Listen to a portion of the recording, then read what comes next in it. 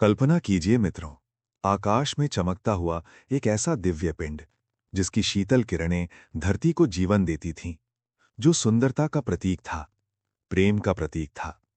वही चंद्रमा एक दिन रोगी हो गया। उसका तेज क्षीण होने लगा और पूरा ब्रह्मांड असंतुलन की ओर बढ़ने लगा। पर प्रश्न ये है, आखिर चंद्रमा को यह भयानक श्राप किसने दिया और क्यों दिया? आज की कथा अहंकार, पक्षपात और करुणा की एक अद्भुत पौराणिक गाथा है। एक समय की बात है। चंद्रमा अपनी अनुपम सुंदरता से संपूर्ण आकाश को आलोकित करता था। उसकी चांदनी से ऋषि ध्यान में लीन हो जाते थे और धरती पर जीवन खिल उठता था। राजा दक्ष की 27 पुत्रियां चंद्रमा की इस दिव्यता से अत्यंत प्रभावित हो गईं।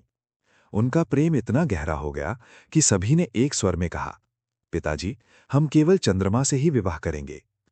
दक्ष प्रजापति चिंतित हो उठे।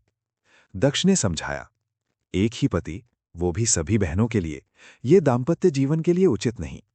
लेकिन पुत्रियों का उत्तर स्पष्ट था, पिताजी, हम आपस में प्रेम और संतुलन से रहेंगी, कोई विवाद नहीं होगा।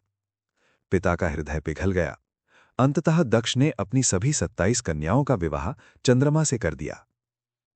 विवाह के बाद कुछ समय तक सब ठीक रहा, लेकिन धीरे धीरे चंद्रमा का मन केवल रोहिणी की ओर झुकने लगा। अन्य पत्नियां उपेक्षित महसूस करने लगीं। उनका हृदय टूट गया।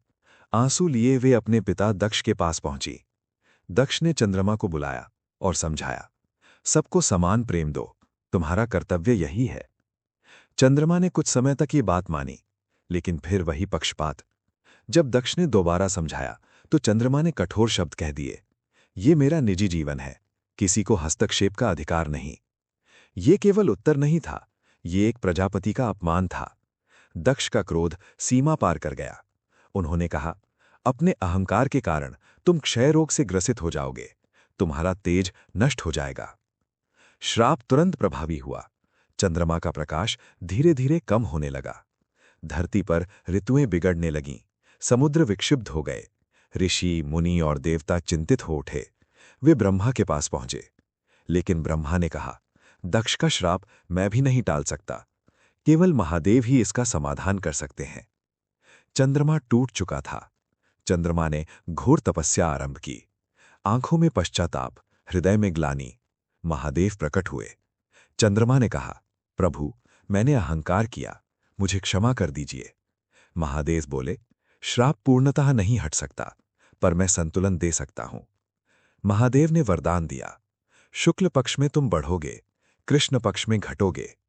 इसीलिए चंद्रमा कभी पूर्ण दिखता है, कभी क्षीण, और जहां यह तपस्या हुई वो स्थान कहलाया सोमनाथ। 27 पत्नियां आज 27 नक्षत्र हैं जो सदा चंद्रमा के साथ चलते हैं। ये कथा सिखाती है, पहला, प्रेम में पक्षपात विनाश लाता है। दूसरा, अहंकार महान को भी गिरा देता है। और तीसरा, करुणा ही संतुलन लाती है। अगर आपको ये कथा पसंद आई हो तो इसे साझा करें। जय भोलेनाथ।